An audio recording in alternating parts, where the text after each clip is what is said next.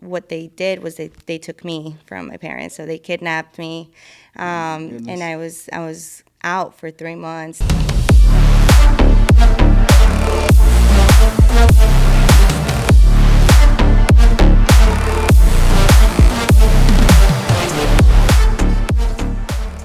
What's up, Solo Pros? Another episode of The Pursuit coming at you. I'm your host, Josh Holland. Today, our guest is you might be the only female There's regional. one more. There's one more? There's one more. Okay, Pros is big. We got to cover them all. Female regional at Pros, Natalia Romy. Thanks for being here. Thank you for having me. Yeah. I'm really excited. Thank you. Long flight from North Carolina. Yeah, it was long. I almost thought I wasn't gonna make it. Really? Yeah. I heard you telling the story to the admins. The flight was packed. They were offering money for people to get off the flight. Nobody got up. Oh, I wasn't gonna get up. Yeah, I'm not getting up. That's great. So I'm pumped. I got to know you a little bit better, as like we were just kind of chatting before, and this the story's cool, man. Like there's a lot to unpack here, so buckle up. There's gonna be some good stuff. So obviously, like some of the highlights, like Natalia runs the Zeal region with Sam Parks. Correct. Yeah. So these guys did 600 plus installs this year, or in 24, 1,200 sales. First year as a region. That's right. That's awesome. Like great numbers. Like it's just, building from there. But where that comes from, I mean, we got a lot to unpack. So I'd love to kind of give you the floor for, tell us a little about your childhood and kind of some of those things we were talking about earlier. Yeah. So, my childhood is maybe a little bit different than what you normally hear here. I was born in Colombia. I was born and raised in Colombia. I came here when I was 12 years old. My childhood was great, actually. My parents had provided me with a very good life. They're pretty wealthy in Colombia. Very wealthy. Yeah. I mean, I never flew a commercial airplane until I got here. It was like private airplanes. So like we're talking money. Yeah.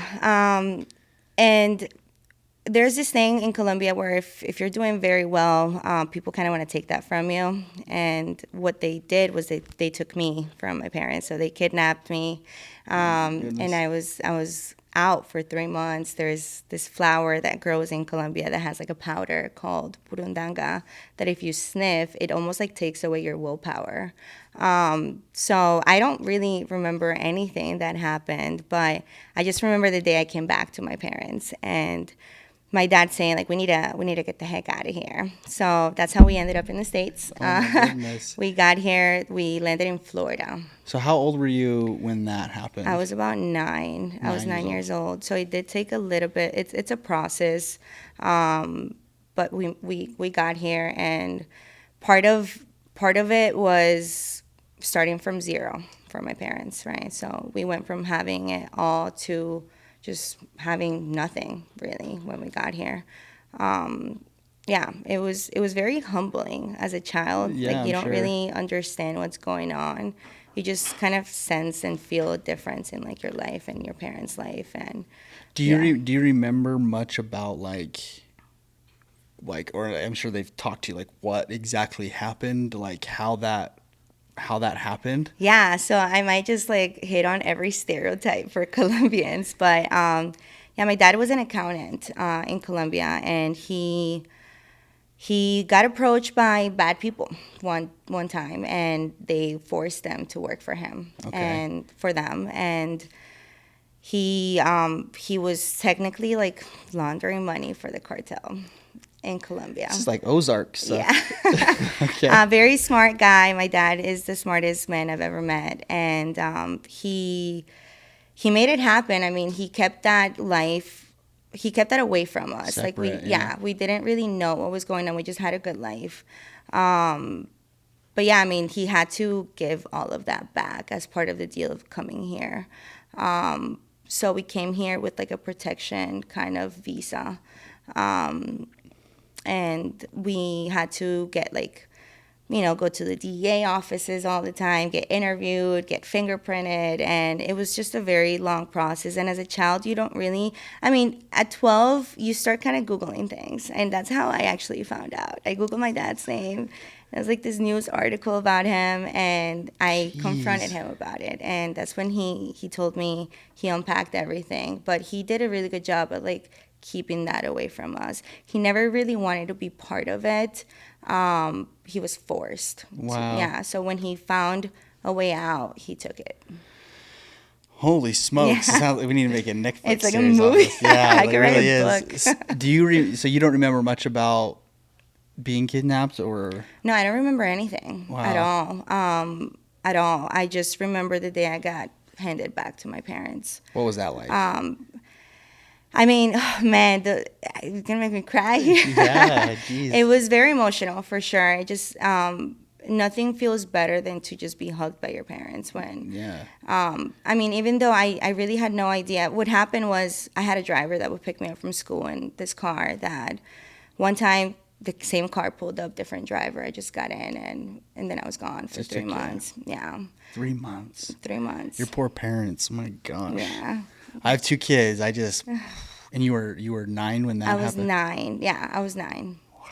I was 9. Okay. Yeah, nothing happened to me. Yeah. I was safe. They took care of me. They just wanted money. Yeah. My dad paid the dues. I got released. Jeez. Yeah. I mean, it's what's tough about that. Like where my mind goes is we all have. I think especially in today's culture, people talk about childhood trauma Yeah. a lot. It's like it's like way more open. It's like, oh, like you got to go back and heal your inner child, or there's a lot of things around that, which I think is good. It's healthy, but trauma is so subjective, right? It's like you could have something super serious like that, or maybe not just having like a super present parent, but they were there and you had your needs met, but it was just like no emotional connection or anything like that, and Right. that could be viewed as something there too. But I think this ties so well into your story of like just odds stacked against you, like resilience. Do you feel like that little chapter has a lot to do with kind of What how, I'm doing? how you view the world today? 100%. I mean, the way it started for me was that I'm a mom. I have 2 kids, Yeah. and I wanted to provide the life that I had in Colombia for my kids Private here. jets. Yeah. So that's really where the grind started. Yeah. But then as I grew older, and my dad actually passed away last year, and it really made me think like way past that. I think that he did so much. He gave up a lot to bring us here. Yeah. And like everything. yeah, so I have to make it happen. I have to do something with my life. Yeah. And it can't be something small. I think that I need to make it worth it for him. Yeah. For sure. It was like a way to honor him. Yeah. The sacrifice he made. So you guys move here. You're 9. I was 12 when I moved. Oh, here. sorry, 12 I was when you moved. Yeah, so 12. It's a process. Yeah. It takes years. Yeah, it takes a Yeah. while. So you're here. What was life like after that point?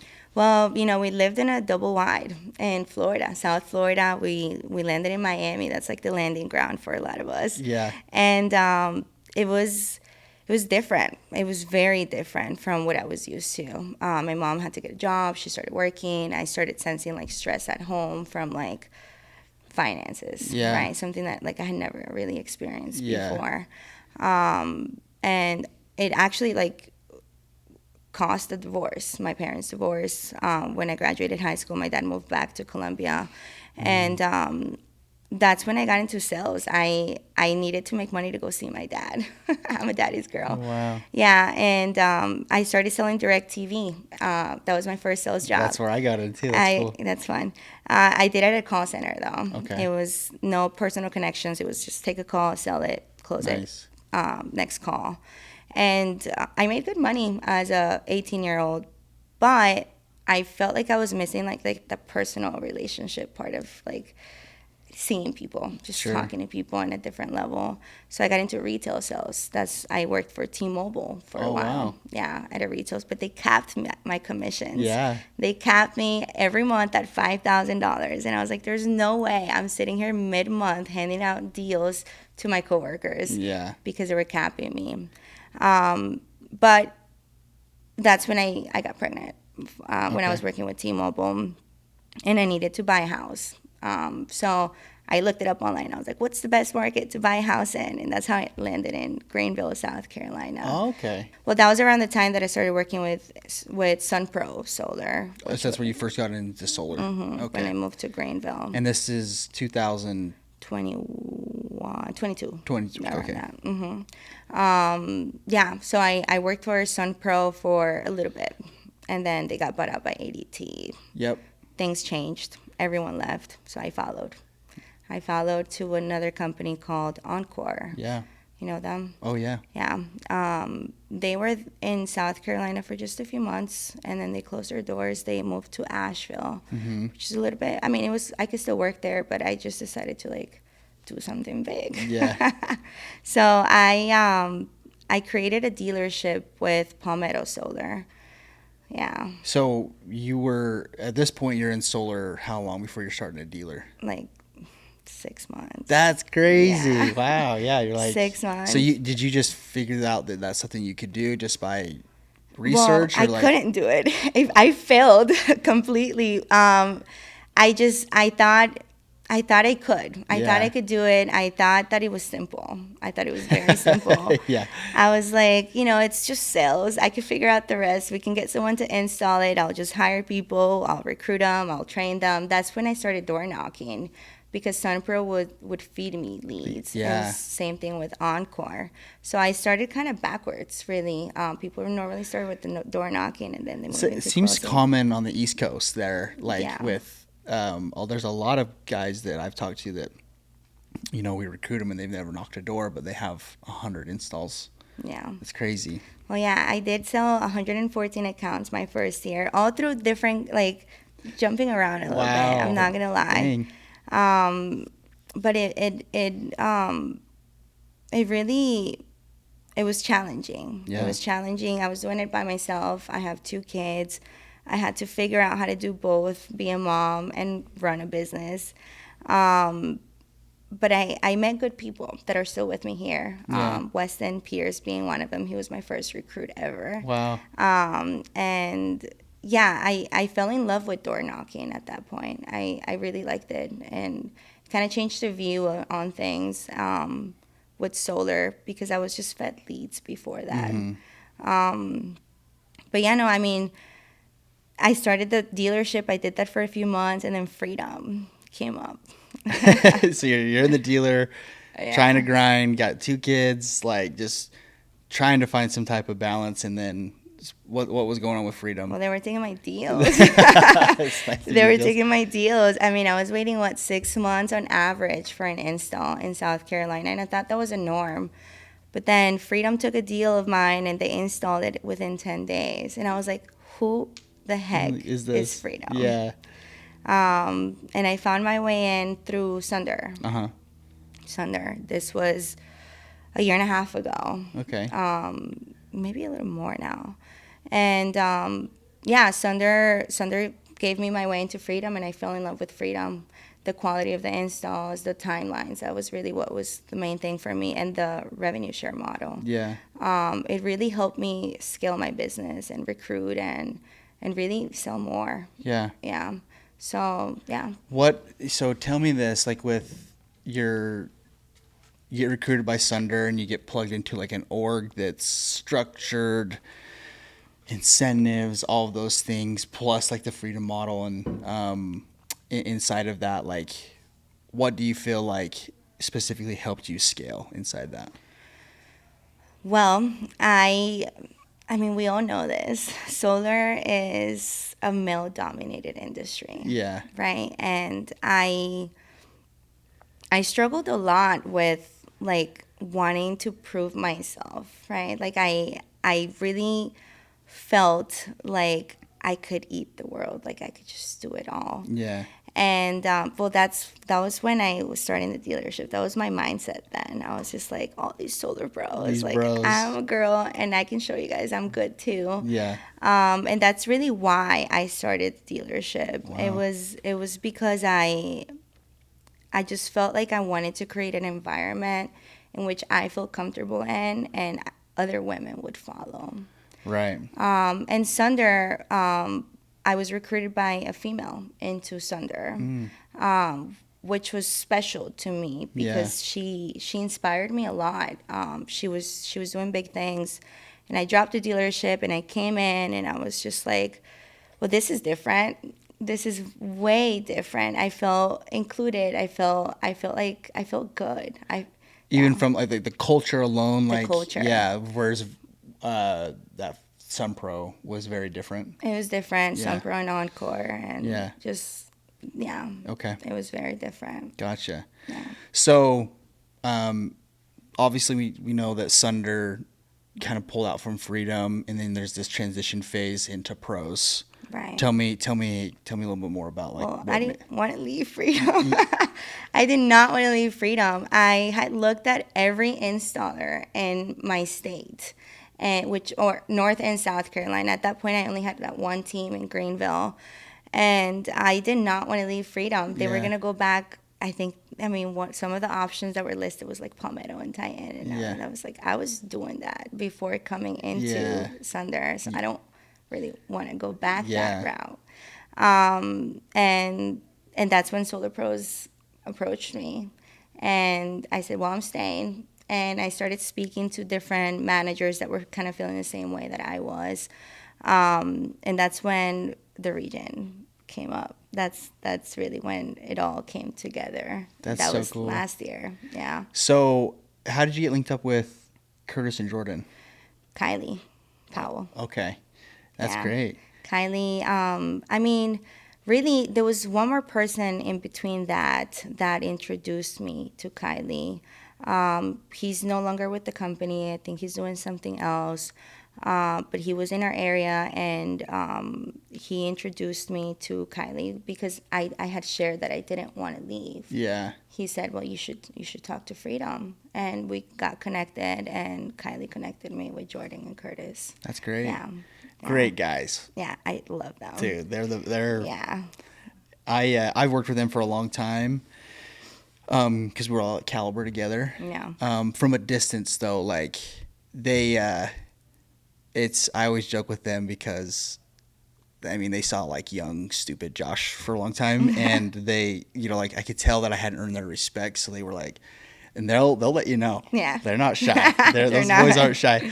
But here I feel like I've developed a good bond with those guys, and it makes so much sense why they have the success they have when you really, you know, get to know them better and see just how deliberate they are with things. So that's fantastic. I mean, you landed in a freaking great spot. Yeah. Well, I did have a few options coming to pros, Yeah. and they truly support me, and Yeah. they believe in me, and the kind of relationship that I've built with them is something that like I want to continue to build and grow. Yeah.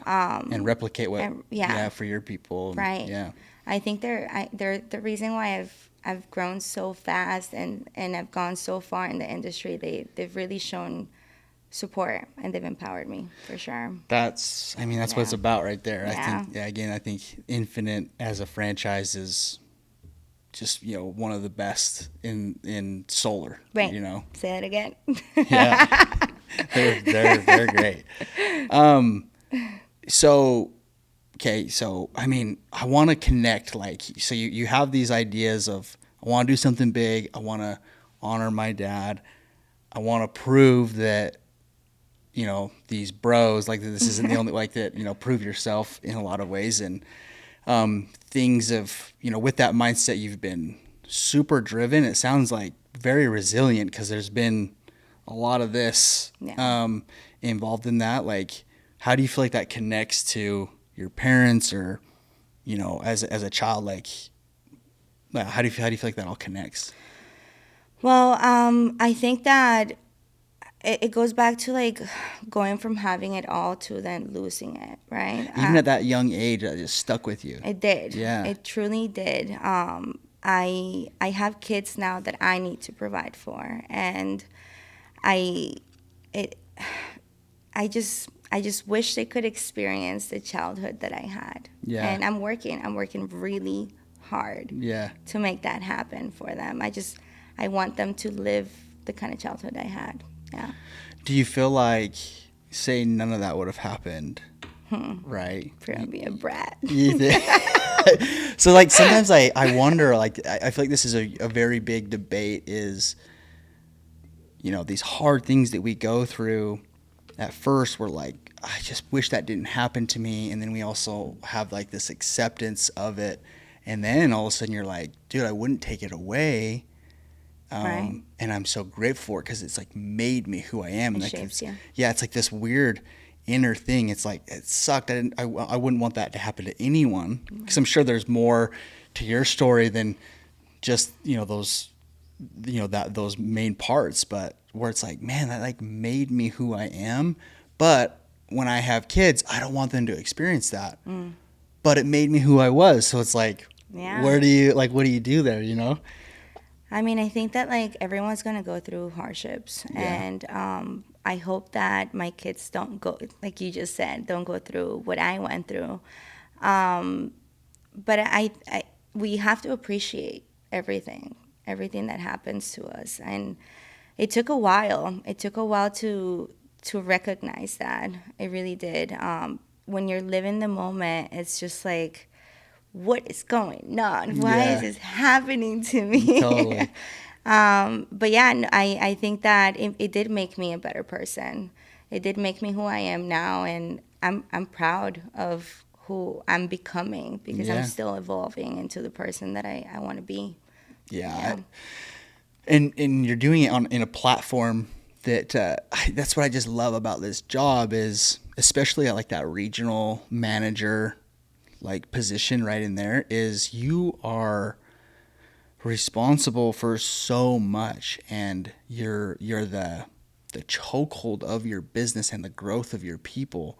So like there's pressure. It's like, man, I have to have my home life together. I have to have my finances together. I have to be able to teach all the skill sets. I have to be a demonstration of true, like high character. I have to keep my word. It's just the list goes on and on. But it molds you into, like to be good at the job, you're required to be good at all of those things. And there's just not another, I just don't know where you find another job like that you're paid to progress in every way as a person. Like the better you are at those things, like the more capacity you have, the more impact you can have, and inevitably the more income you make. Right. Because you have more, you can add more value. It's like, man, where else is it like that? Where it's just so contingent on the leader at that level to mold their business. Yeah, I think that's why it's so important to surround yourself with the right people. That's a great point. I think that the people who I have around me, Sam and Jason, they're, I mean, we're all part of it, right? But we hold it together as a team, and that's really when I experienced the most growth was with partnership. Really, Yeah. they have. I mean, they've been in the industry for like a decade. Yeah. And I came in, I'm like, hey guys, What's up? this is what I want to do.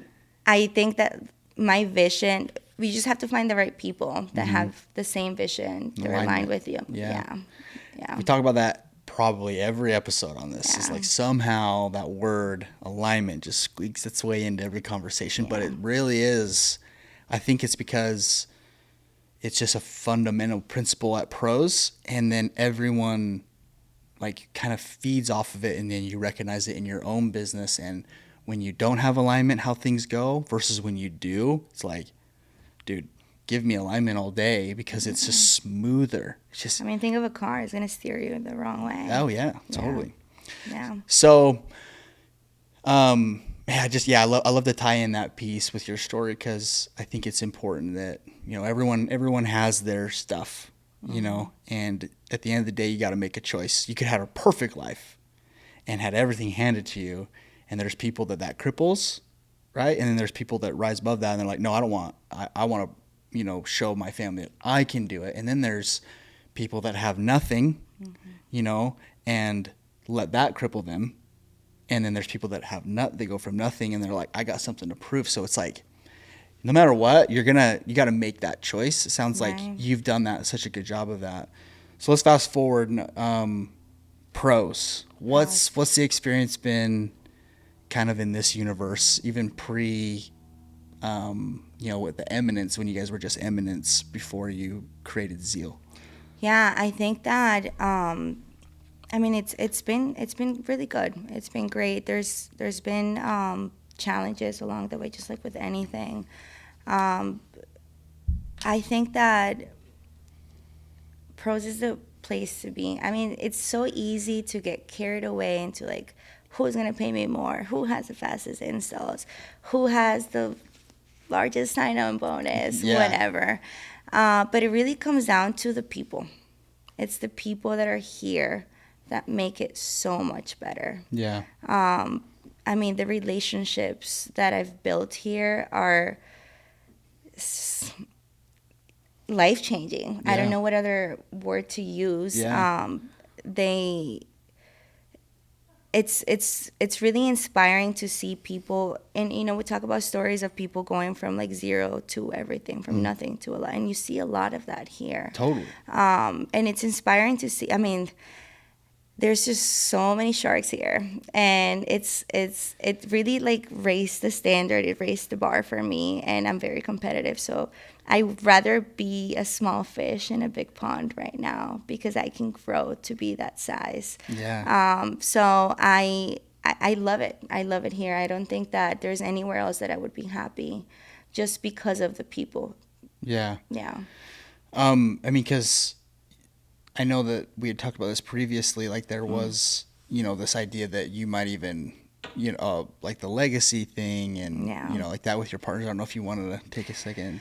Well, yeah, I mean, there was something happened. Something always happens. When I was starting my partnership with Sam, there was one more person that was supposed to be involved in this partnership that decided to jump ships, right, to Legacy. Yeah. And I'm not gonna lie, I entertained the conversation. I Yeah. said, let's talk about it. Yeah. But it never made sense to do it for several reasons. I mean, when I look at the states that my teams are in the Carolinas, freedom just excels, Yeah. right? There's nothing. I already did this. I already Yeah. looked at them before, and then it really came down to like relationships, just being loyal to the people that have supported me, that have shown me the way, that have believed in me when nobody else did. So, I mean, that's in the past for me. I entertained it for one day, and Yeah. it just didn't make sense. It did not make sense. I mean, like especially at the regional position, like you'll be approached. Like there's I mean, pros is kind of in a position where it's like, I mean, it reminds me of the Vivint days. We talk about Vivint a lot too. It's like, you had to recruit from Vivint. Like if you wanted, like, if you knew if you got a Vivint guy, you get like high quality. Yeah. It's like everyone was wanting to get a piece of that. And I think that what Vivint did such a good job of is like their culture and the people and the leadership that they had was like the immune system against, those types of things, and it kept the good in. Right. And pushed out, if it wasn't a good fit or whatever. And I think that in an environment like that, you always, like, the numbers don't lie. Like, look at where the growth is, and I think that, like, loyalty like that goes so far. 100%. Really, really, really far. Because, I can completely understand kind of your thought process in that. And it's cool to see people, like, even, hey, I'm going to poke my head up and look around. Like, I think that's a natural thing that happens. And then to be like, oh yeah, this kind of really is the spot. And then it's like, boom, you're And back just in. yeah, It's that's like kind of like a exactly little what happened. blessing sometimes when Yeah. that happens, because you're like get so much more re-engaged. But it's part of what we do. It is part of what we do. Yeah. Yeah. So now it's you, Sam, first year as a region, and with 600 installs. I mean, what do you feel like went into that? Like, what advice would you give somebody year one to be able to go out and do that? Because I think there's a handful of groups maybe that did that this last year, their first year as a region. Yeah. Well, I think that it's and I'm gonna go back to like partnership, right? Finding the people, just find the core group of people that you can count on. Make sure that you're aligned, that you have the same vision. I think that we talked for about maybe 2 to 3 months before we decided to merge into a region, just to make sure that we were aligned. It's a big deal. It's a big deal. It's a big commitment. It's a big deal. It was scary. Yeah. I wasn't all in for it at the beginning, but it made sense. It truly made sense. And I think that if you can find someone that has the same vision, that has that same goal, right, end goal, it's so easy to sit down and make a plan. Totally. And then just stick to it. You talked about this, I think, yesterday. Yeah. On the leadership call. Yeah. And I think it was really good to earn your vision. Yeah, you got to earn it. You gotta earn it. Yeah. I don't know, that's like gets me fired up of like, yeah, I mean, it's something so important, like anything else, like being a good parent or running an effective business. It's like, that's never handed. It's never, those things don't just happen, that you can't just like have it fall into your lap. It's always earned. Mm-hmm. It has to be, for it to be strong. It just has to be. So is something as important as vision of like, where are we taking our people, especially at that regional position. It's like, man, you got to know that. And when you, and it's to me, it's like the same feeling of being like out of alignment and feeling like how chunky that is versus in alignment when you have strong vision that you've earned versus like lackluster, mediocre vision. Like it's black and white to me. So different. It's like, oh man, like give me this one 10 out of 10, because I don't like sitting over there. It's like aimless. Right. And then, these things come in front of you and you're like, ooh, what are we doing? And that's, I just don't like that feeling. Yeah. You don't ever want to ask. Yeah. What are we doing? What are we doing? Yeah. It's like, that's bad. Like if we're talking like that, it's like, geez. Well, yeah, I guess, so you shared like advice on vision, partnership, alignment. What else stands out to you that's like led you guys kind of down this path, or what do you feel like you've done wrong? Well, wrong. There's many things. There's a long list. I would think we all have one of those. I think that's part of doing things right. It's like recognizing what you've done wrong. Totally. Have to. Yeah. So just like sit down and like analyze what it's not just looking forward, but looking back, right? Oh, yeah. Like you have to recognize those mistakes and truly learn from them, right? I think that for me, it's putting people first. Putting people first. I think that's really what has led me to the success and the size of the teams that I have. Is I'm a mother, so I almost feel like they're my children. Yeah. I want the best for them. I truly do want the best for people, and I think they understand. I feel like they sense that. And it's just staying genuine. There's so many things that we can go into, but really it's just putting people first. Yeah, I mean, I think that you're saying basically like the same motto of pros: serve and elevate. It's like put people first. Law of addition. If we read 21 Irrefutable Laws of Leadership, it's like it really is that idea of it's our duty to add value to the people that are like in our stewardship, like a steward leader. Like it's our responsibility. Yeah. Just like a mother, right? Yeah. That's another thing I wanted to kind of dive into. I don't like, unless you're married and have your own kids, even from like a male perspective, I just look at my own experience on motherhood with my wife, and we were joking about this. I was like, it's so hard for me to wrap my mind around like everything that my mom or that my wife does at home and everything that I do in this job as a regional.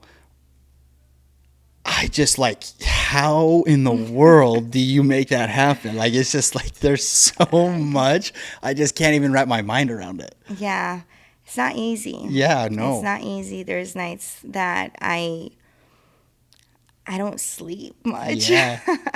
I make it happen. Yeah. I don't have a choice here. I don't. I'm here to do something big. Yeah. And I'd rather do it than not do it, right? Yeah. Like, you have a choice. And we're winning at the life we have, right? Whether that's sitting at home doing nothing or doing it all. So I think that for me, I mean, they are the reason why I do it. So just seeing them every day makes me want to get up and get things done. Get after it. I don't have a choice. It's me. Yeah. It's me. And honestly, that's one of the reasons why I got into solar. It was to have that freedom of like my schedule, right? Like, to be able to choose my schedule and going from like a 9 to 5 or like a retail store where like somebody chooses that for you. Yeah. That was the most attractive part of solar for me as a mom, as a single mom, was that I was going to be able to just plan out my days the way I needed them. Yeah. So like from like 2 to 4, I'm picking up my kids, I'm feeding them. Those 2 hours are like Gotta have them. exclusive for them. Yeah. And it goes down to like Sunday planning. For me, I do Sunday planning all the time. Let's I go. started doing it a while. Maybe not as good as you do. No, but, hey, just do it. That's all that matters. but I mean, nobody teaches you how to be a mom. There's no book. There's really no right or wrong way to do it. A lot of it's instinctual. Right. Yeah. It just happens. Yeah. Yeah. And it's my job to make it happen for them. So, and this is what I love doing. I'm not suffering here, guys. Yeah. I'm fine. No, that's what's so cool is a concept that I learned from my business partner, Tegan Judd, who, shout out to Tegan, he just had his 5th kid.